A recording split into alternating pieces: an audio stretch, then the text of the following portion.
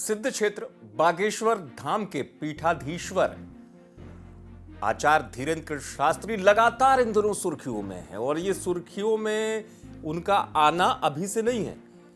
2 साल ऐसे हो गए लगातार जब से कहीं ना कहीं किसी ना किसी विषय पर जो बाबा हैं वो सुर्खियों में हैं, लेकिन कभी वो सुर्खियां उनके किसी विषय पर दी गई टिप्पणी को लेकर हो जाती है, कभी वो किसी और चीज को लेकर हो जाती है, कभी बाबा के बयान को लेकर और मायने निकलते हैं।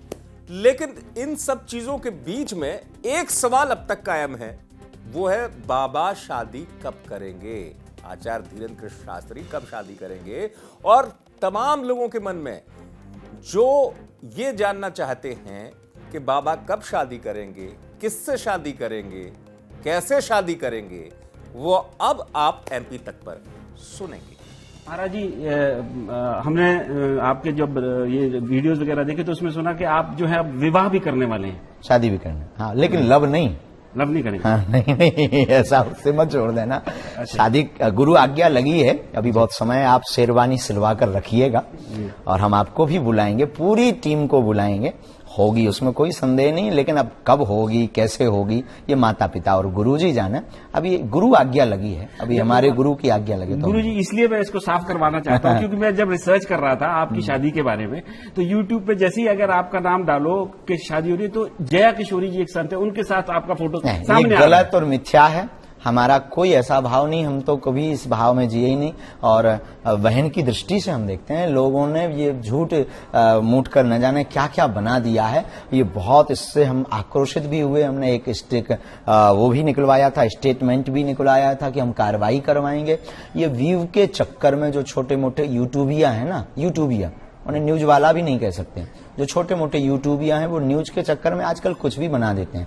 जब नाम होता है तो बदनाम तो पीछे जुड़ ही जाता है। अच्छा महाराज जी, मेरा एक और सवाल आपसे है कि जैसे आपने कहा कि अब शादी करने वाले हैं तो आप एलिजिबल हैं, सबको मालूम है एलिजिबल हैं, तो आपके प्रति आकर्षित भी हैं लोग, इसमें कोई संदेह नहीं है। मैंने आपका एक वीडियो देखा जिसमें एक महिला आपको बाबू कह रही थी, आपने टोका भी उनको, तो सुनने में हमें मिसअंडरस्टैंडिंग। तो मैं और गाना भी गाया उन्होंने।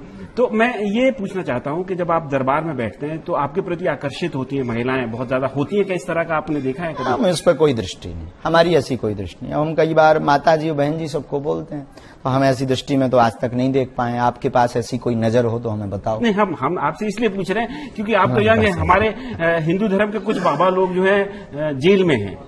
कुछ वो बाबा है ही नहीं ना, संत वो है ही नहीं है, वो तो दूसरे प्रकार के हैं। जो संत होता है वो जेल में नहीं होता है, वो तो मौज में होता है।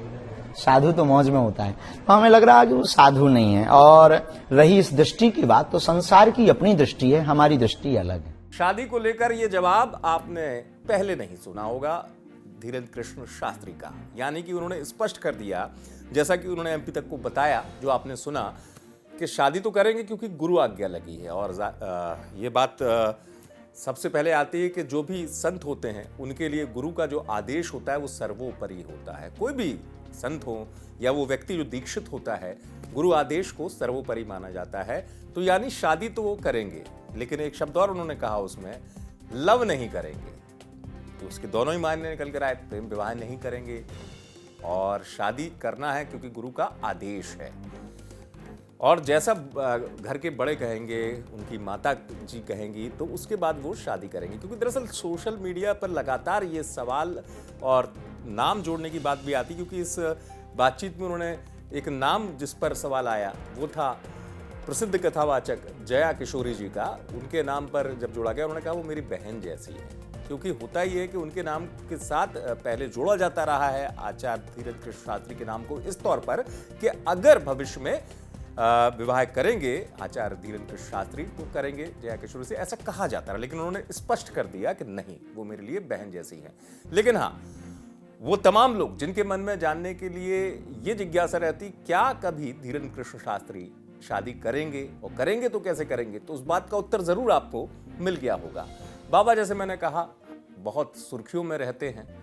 सिद्ध क्षेत्र है बागेश्वर धाम, और उसके अलावा वो अपने जितना टिप्पणियों की वजह से चर्चित रहते हैं, उतना उनके व्यक्तित्व में, चाहे उनका परिधान हो, उनके सिर पर पहनने वाली पगड़ी हो, वो तमाम चीजें जो बाबा के व्यक्तित्व से जुड़ती हैं वो सुर्खियों में ला देती हैं।